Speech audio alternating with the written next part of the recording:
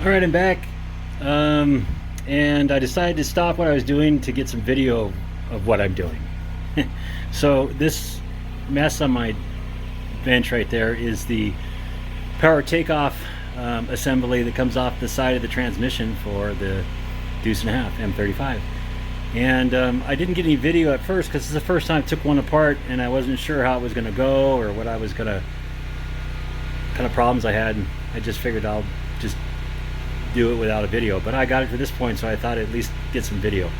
So what we got here, this is the bottom cover and this is the inside of it. I don't know if you can see that, but there's some metal in there, but from what it looks like, I don't think this thing's ever been changed. I don't know if they've ever changed the oil or whatever, but it's considering how old it is, I thought that looked pretty good, and the gears look pretty good, so we'll show you that in a second. This is the pulley that comes off, not the pulley, but the U-joint connection that goes to the drive shaft that goes to the front winch. This is the side cover that covers the side. Pretty lame. And then the unit itself. Now this is interesting. Part of the reason I'm doing this video is where this was made.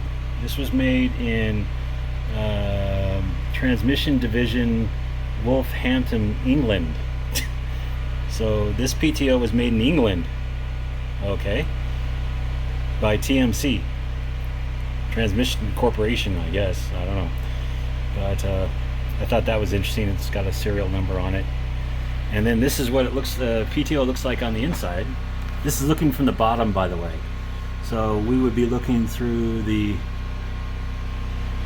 bottom, actually maybe I guess you could say the side, because it bolts to the side of the transmission. So yeah, so this would be the side plate of it, and that's what you look like. So the other side of this is the flange that actually goes to the transmission. So this would be facing the driver's side of it. So I thought that looked kind of cool. There's not much in there, just some gears and shafts and stuff. The reason I'm doing this is I had a leak. I had a leak around the where it made it up to the transmission, and since I was going to pull it off, I just got a whole gasket and seal kit for it. So I'm taking it down as far as I can to get it so I can replace all the seals and gaskets and stuff. So this shaft right there has to come out so that I can get to the seals on the side, because they're shot. The boots were gone and they were leaking out of that on both sides and stuff. So that's got to go. And this is the shaft that actually connects up to the drive line that goes to the front of the truck for the winch. But anyway, so there's a retaining pin. You can't see it. It's like on the bottom, I guess, right there.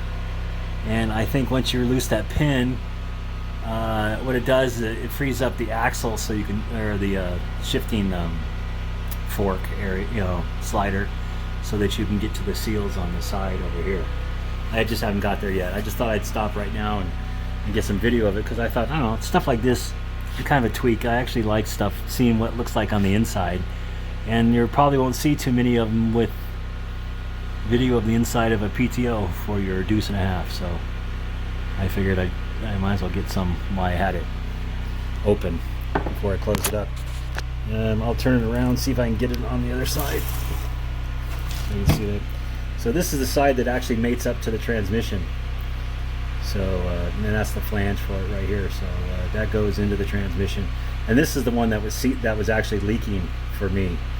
I don't know. Who knows how long this had been on the truck, or how it was used, or who did it, or whatever. But anyway, so that's what it looks like from the transmission side. And this is the other side. Like I said, there's just a cover that goes over these right here. Spline shaft and the bearing and stuff. As far as I can tell, it doesn't do anything other than to just cover up this side. And I think that's it. So I don't know. Again, it's just one of those things. If you're mechanical and you like that kind of stuff, like I said, you probably won't see too many videos with the inside of a power takeoff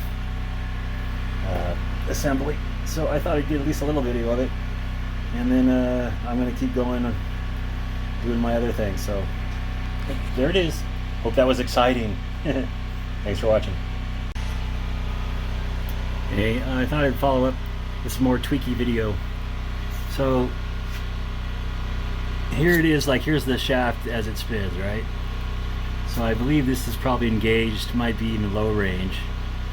And then you would slide it over and it goes into a neutral kind of state.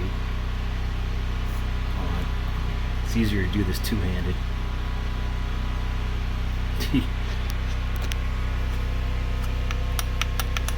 There we go. This is terrible. Anyway, so and then it turns the whole thing, and then as it slides over more, it engages the other.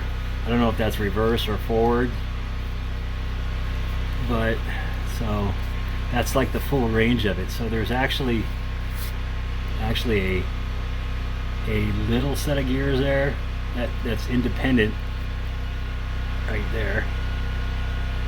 That's that little center one. There's so this and this main shaft, and then it slides all the way over and turns the whole thing. So that's kind of how that works. That little shaft might be neutral. There we go, there's neutral right there.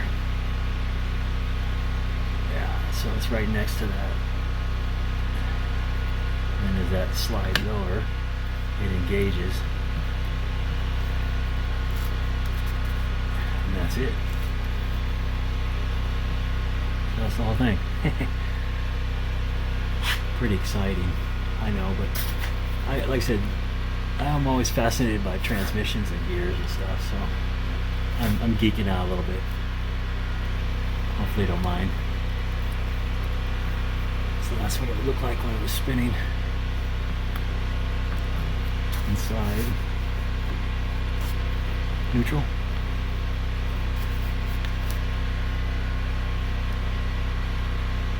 I guess that's it. So yeah, that was the there was a little nut underneath here, and it had that's it right there. So that's what that looks like. So it's got a spring and a ball bearing, and that's what holds the shaft, this shaft right here on the bottom. And then as a safety measure, it looks like the shifting fork is of course safety wired as well as bolted, so that it doesn't the bolt doesn't come flying out in there and ruin everything. So oh, I was going to cover, yeah, one other thing, I was going to cover the type of tools and maybe an experience you might need to even do this. Pulling it off the truck, you're going to use your standard sockets and wrenches and stuff. That was pretty straightforward. Getting to opening up, all I did was I just used my impact and you know, whatever size socket it needed. 9/16 half and 5/8 were the main ones to be used so far. Oh, and 3/4 on that. And I'm trying to think if there's anything. Oh, the only special tool that you kind of needed was this guy right here, which was the gear puller. Let me see if I can. So you need to have one of those, because the driveline connection is this guy here, and he's held in place with a Woodruff key. I think that's what they call those. You can see that. Okay. Anyway.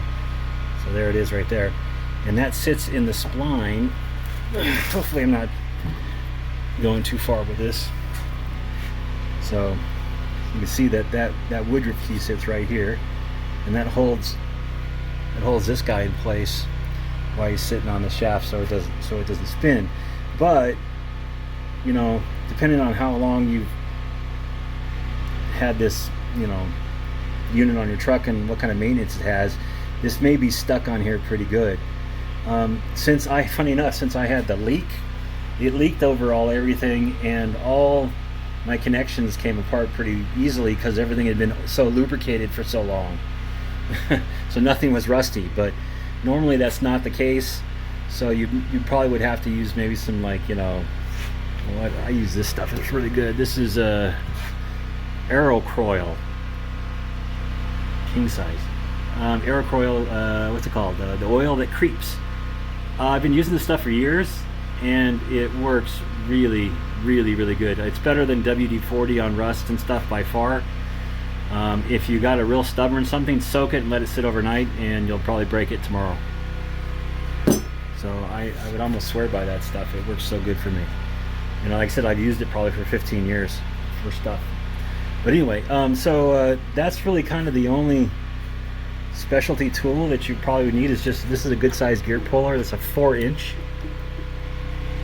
Yeah, 4-inch gear puller. Don't go buy the super cheapy ones. You know, the ones that are like 15 bucks or something. These break. They're made in China. They can't even hardly pull anything. I've gone to your Harbor Freights and used them, and the way they have the teeth angled as well is they're instead of being flat like these, they're like angled, so it doesn't hold what you're trying to pull. Some of the Chinese stuff, I just want to go over there and shoot them all, man. It's like, how did he even pass it off as product? It's so bad. I'm sorry, I'm ranting, but I've had bad experiences with Chinese tools consistently to this day. Anyway, so buy USA made. Spend a little more and you'll never regret it. So that's what you need, a 4-inch gear puller. And that's it. I think the rest of the stuff, it all came off with just, you know, standard tools.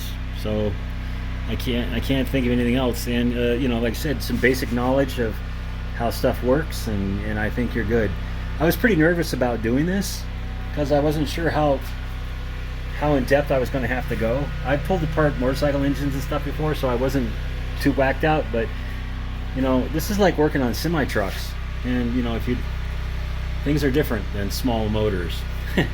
So, but fortunately, it looks like it's okay so far. So anyway, thought I'd get some more video and cover some of the topics of tools and you know, level of experience and stuff like that. So if you've worked on motors and stuff, don't be too afraid.